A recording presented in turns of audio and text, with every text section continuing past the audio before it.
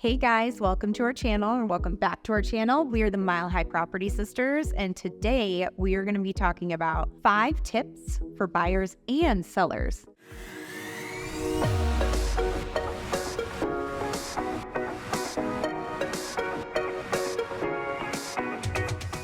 Tip number 1 for buyers is new construction. Take a good look at new construction. There is new construction right now because interest rates are higher. Builders are actually offering a lot of buy downs. So you can buy down your interest rate like a good amount. So that'll obviously save you hundreds on your monthly mortgage payments, and you get a brand new home. And builders' inventory is way up on new builds.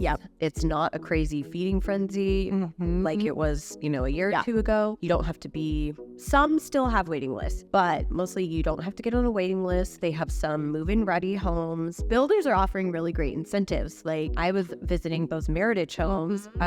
They're offering like $20,000 to $25,000 in buy down or closing costs or down payment help. Like crazy amounts of money they're giving you. Builders are also offering things like washers and dryers, refrigerators. They're including all that stuff time, which is really cool. So there's a lot of really good opportunity out there for buyers. If you're looking at new builds, especially because here in the Denver market, we're still low on inventory for the resale. So looking at new builds can be, a great opportunity for a lot of people. And I'll show you the downside to new builds is you can't buy the Denver area. And I'll show you guys where like all the new build communities are. You can't just buy a new build anywhere in the city. They're not just dispersed in every city. So I'll get into that, but new builds are great for buyers. Now, on the flip side, sellers, something you need to know.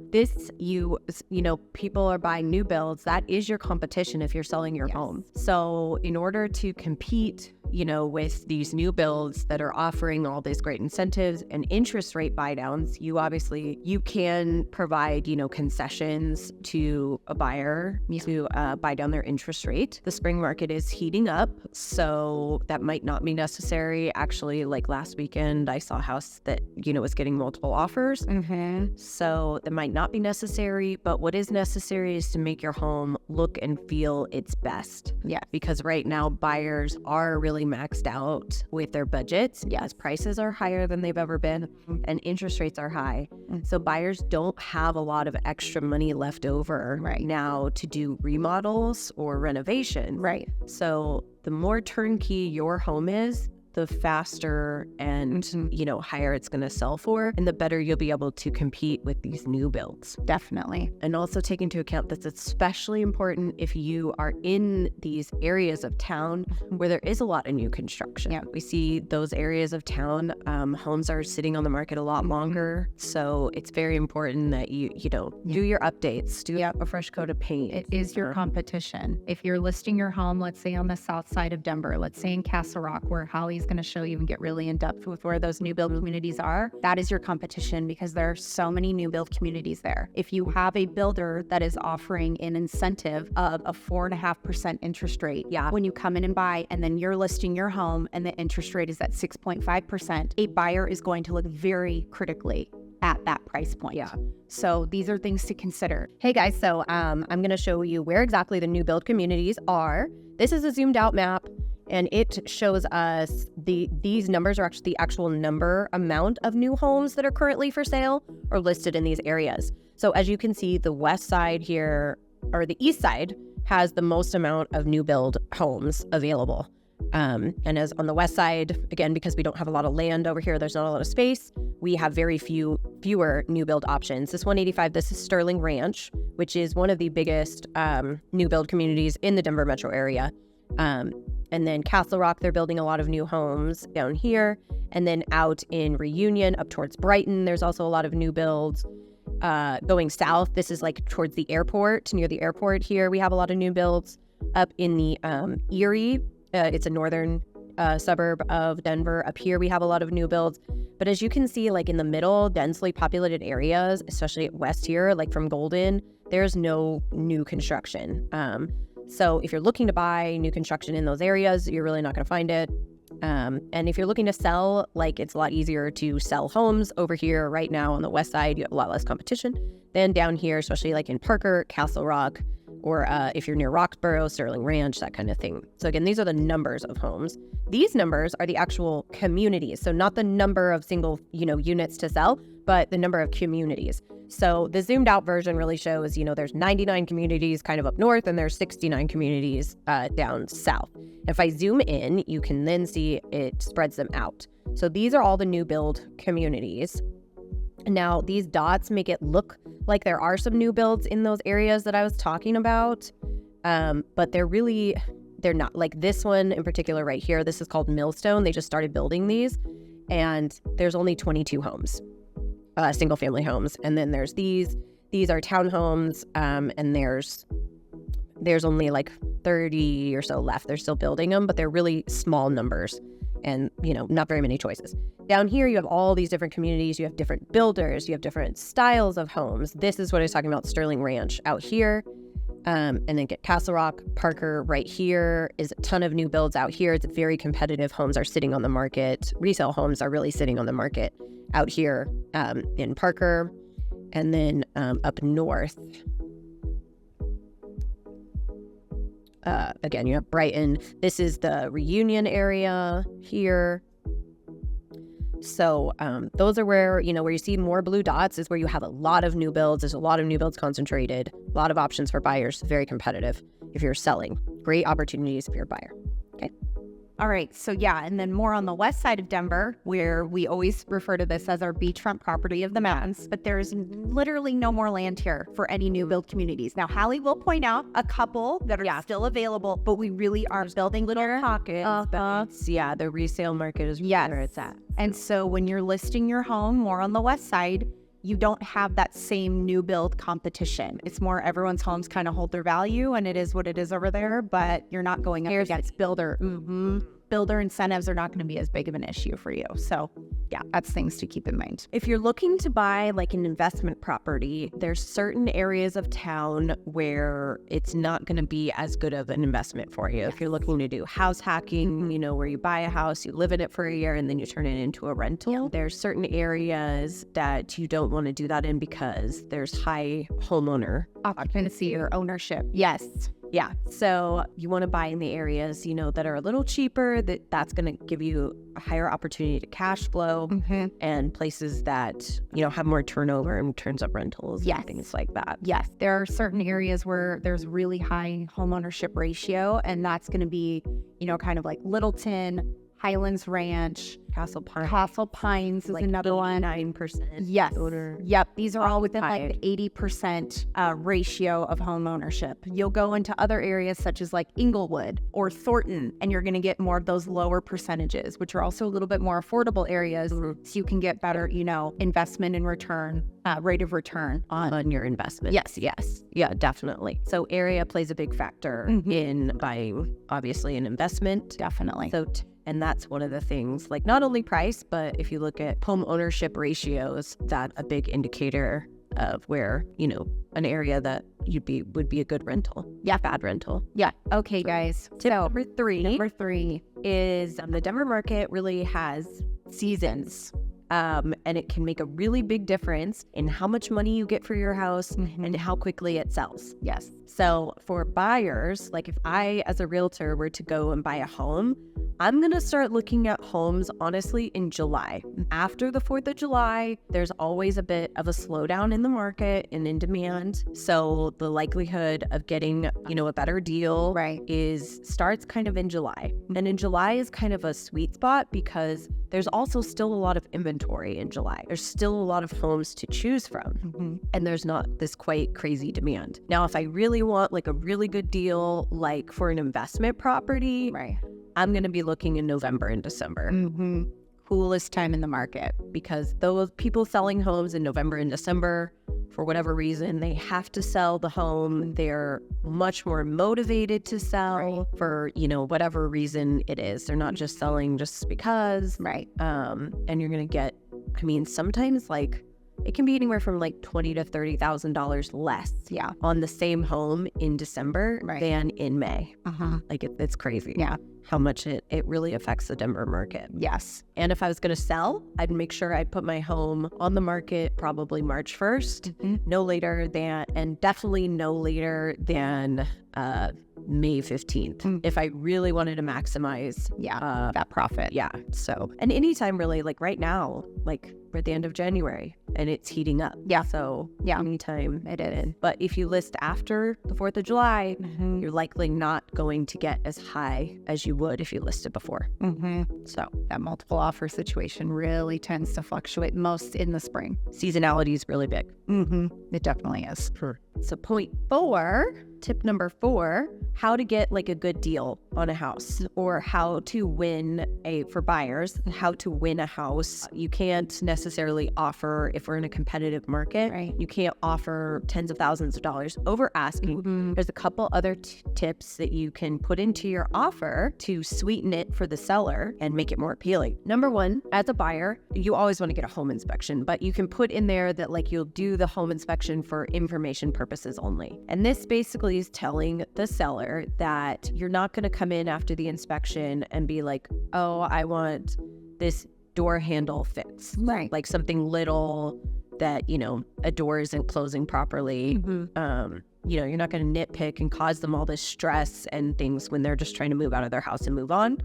That it'll be a smoother transaction and they don't have to worry about all these extra expenses that might come up on inspection. So putting one of those clauses makes the seller feel a lot better. And I've seen offers, you know, with those in them, they'll take sometimes if that offer's like $5,000 to $10,000 less than another offer, but has that inspection clause. So ask one of us. We are licensed realtors here in the state of Colorado. Please call or text us. We love making these videos for you, but our real job is to help people buy and sell homes. So we would love to hear from you and explain all these things in way more detail. You know, there's a lot more at your offer. Yes, there's a lot more the detail that goes into these things. I'm just touching on it just so you kind of know that there's other options. Another option you can do is making part of your earnest money non-refundable. So if they accept your offer, they get to keep X amount of your earnest money if you back out of the contract for any reason. And then the other one that you can put in there is an appraisal clause, which basically states that you will not try to renegotiate the contract price of the home after you get your appraisal. So even if the appraiser comes in and says, oh no, I don't think the home is worth the contract price of like $500,000, you're not going to try to tell the seller that you're only going to pay for $90,000. You're just going to pay that $500,000 or whatever the initial contract price is. I know this is confusing, kind of boring. I feel like I'm kind of even losing myself. So there's a lot of other things you can do besides offering thousands of dollars over asking in order to win a home. And then for sellers, the important thing for you to note is there's a lot of other things that can go into an offer besides that high sale price, right? So if you get, you know, you want to look at all these things and make sure you're, you know, you have a realtor who's explaining it to you. All these things, like appraisal and inspection and earnest money and all these other things can go into it, that maybe these other things make your bottom line higher than just the off the top purchase offer. It's higher. Tip number 5, I am actually going to go show you, but it has a lot to do with the Denver area, all of Denver Metro. It's very different. It's very different, and different pockets of the city, different zip codes are selling very fast than the zip code right next to it, or vice versa. They're selling at different prices. Some are sitting on the market a lot longer. Some are getting multiple offers while others are sitting on the market forever. So I'm going to show you the different different zip codes and cities where it's most competitive versus least competitive. And this information is vital for not only buyers, but for sellers to know how competitive you need to be. Where are the hot spots and where are the cold spots? All right. So now I'm going to show you guys how much the area of Denver really affects pricing and strategy for buyers and sellers, and where you can get the best deals, where the cheapest, you know, most affordable homes are, and where the most expensive are. So this map that I have up here is the actual MLS map and how many homes are for sale today. So as you can see in this is the downtown area where there's the most amount of homes for sale, which makes sense because it's the most densely populated or dense area. So there's going to be more available units. But also the downtown area right now, we're still in this trend. People want more space. They want to be closer to outdoor recreation. So the outer suburbs are really the hot areas right now. And if you're looking in downtown Denver as a buyer, you really have a chance to get a good deal and a lot of negotiating power. If you're a seller, it's a much harder area down here. Okay, and this map, again, the Denver area, this is E470, C470 around here. So this is broken down into zip codes. Every little shape is a different zip code. This out here is Evergreen, and this is the average sold price per zip code. So the cooler the number, or cooler the color, is the higher the price. So it goes up to 2.3 all the way down to areas that are red the average sold price is much, much cheaper. So as you can see, that's just quite the spread and really makes a difference. So the cheaper areas, the hottest red, are going to be over here. This is areas of Aurora. This up here is Commerce City right here. Over here, like I said, is Evergreen. This is Morrison or Golden, Conifer, and then you have your Littleton down here. So the redder the color, the cheaper the homes are. And as you can see, there's really this division between the hotter or more affordable areas are out to the east, and the more expensive areas are on average out here to the west side of town, then a little bit in the south side of town. This is the Cherry Hills Village. This is Wash Park. So there's a couple pockets of, these are the most expensive areas, or Cap Hill, maybe that's Cap Hill. It's hard to tell. But yeah, so there's a good idea of, where you can get a really good deal. Like there's some really great single family homes right in this area off 225 that are very close to, amenities and jobs and all kinds of stuff. So you can find a really affordable home out here in these areas. Okay, this map is for my sellers. So this map is the zip codes that homes go under contract within 7 days or less. 7 days or less. And the hottest areas, which is really surprising, is actually out in Evergreen, because homes out there are, some of the most expensive, but they're also selling the fastest. It's a very hot area. The same with Golden, Conifer, Morrison, Littleton. Down here, home prices are like an average of almost $700,000, but they're still selling in, less than a week. They're going under contract. And then, of course, out here in our, typically our cheaper area homes, they sell quick because they have more buyers. And the cooler areas, again, so this correlates with the new builds. Here, this is Sterling Ranch. Out here is really a cool area. Only 4% of homes out there are selling within a week. Way out east is cool. Up here in the Reunion area, we have new builds. And of course, down south, Castle Rock, Parker, those areas, we see homes sitting on the market a little longer. And this map is essentially the same. It just shows the average days on market per zip code. Again, Evergreen, these western areas, southwestern areas selling typically the fastest. So the hotter the number, the lower time on market. 22 days is the average days on market in Evergreen, which is kind of crazy. Littleton has some Centennial, or actually this is the Cherry Hills Village. So a lot of these numbers. And again, the homes with new builds, Sterling Ranch here, up the Reunion area over here, Parker, Castle Rock, we're up to 58, 50 average days on market.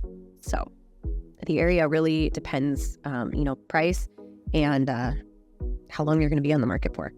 All right, so that's it. That's 5 tips. New construction, competition, homeownership ratios, where would be a good investment, seasonality of the Denver market, and different areas and zip codes. All big factors, in buying in 2024.